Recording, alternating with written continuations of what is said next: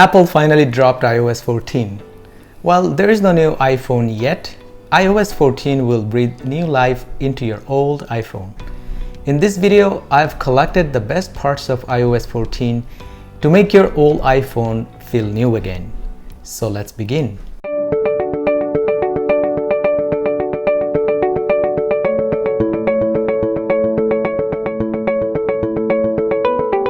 Hello everyone, welcome back to another video by Life Reviews. My name is Sharif. If you are new to the channel, I do product reviews, life pro tips, and work from home solutions, so consider subscribing. In iOS 14, Apple packed tons of new features, but I picked the ones that are most relevant to everyday users, so let's take a look at them. iOS 14 solves one of the biggest annoying features of the iPhone. When you get a call, instead of taking up the whole screen for notification, now it only shows up as a compact notification at the top without taking up the whole screen. You can choose to take the call from here or decline it, or you can swipe it away. If you swipe it away, it will mute the call, but it will still ringing in the background, which you can accept the call by clicking on the button and then accept or decline the call again. iOS 14 comes with some hidden gems to make your life a little easier. In this case, double tap to take a screenshot. To activate that, go into Settings, find Accessibility, Touch, Back Tap, and then in this case, we're going to set up double tap to take screenshot. Once you set that up, just double tap the back and it will take a screenshot. Apple finally allows us to change the default mail and browser apps, as they're lacking in those categories. In order to do that, make sure you have the compatible browser or the email app installed. Go into the setting, find the app from the list of applications. In this case, I'm going to set Outlook as my default mail app. Once you set that, next time you send an email, it will use that app as the default. Finally, you can use picture-in-picture on your iPhone. As of this recording, this function only works in a limited number of apps such as FaceTime and Twitch.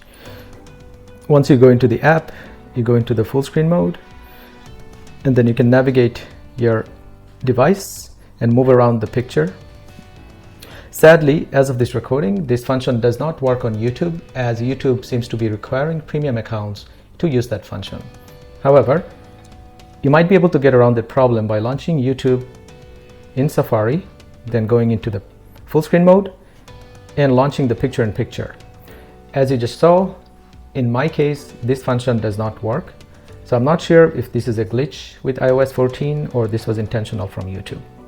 Widgets are one of the main highlights of iOS 14. Now you can add widgets by pressing the home screen, clicking on the plus icon, and then selecting the widget that you are interested in. You will be presented with at least 3 different sizes for the widget. Select the size that works best for you and then click Add. You can also add something called a Smart Stack, which is a combination of a few widgets that will automatically rotate. But what I like to do, I like to create my own Smart Stack by selecting the widgets that I'm interested in. So in this case, I'm going to create a Smart Stack by selecting the widgets that are more meaningful to me. You do that by selecting the same size widget and dragging them and placing them on top of each other. So let's add one more.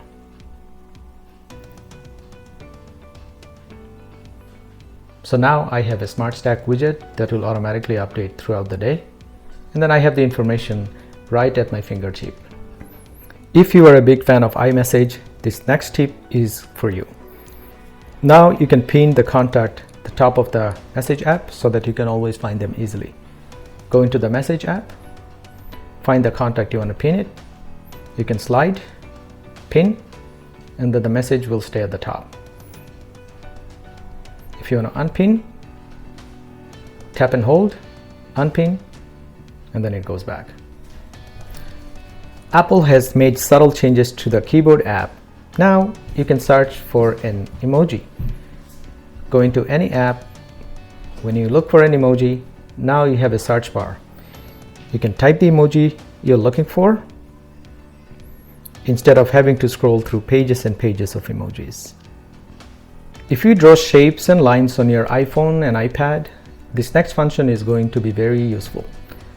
Now you are able to draw perfect shapes from Notes app and the drawing function. Draw a shape and then it will hold it down. It will give you an option to replace that with a perfect shape. Now you are able to draw a perfect circle and a perfect oval and a perfect line.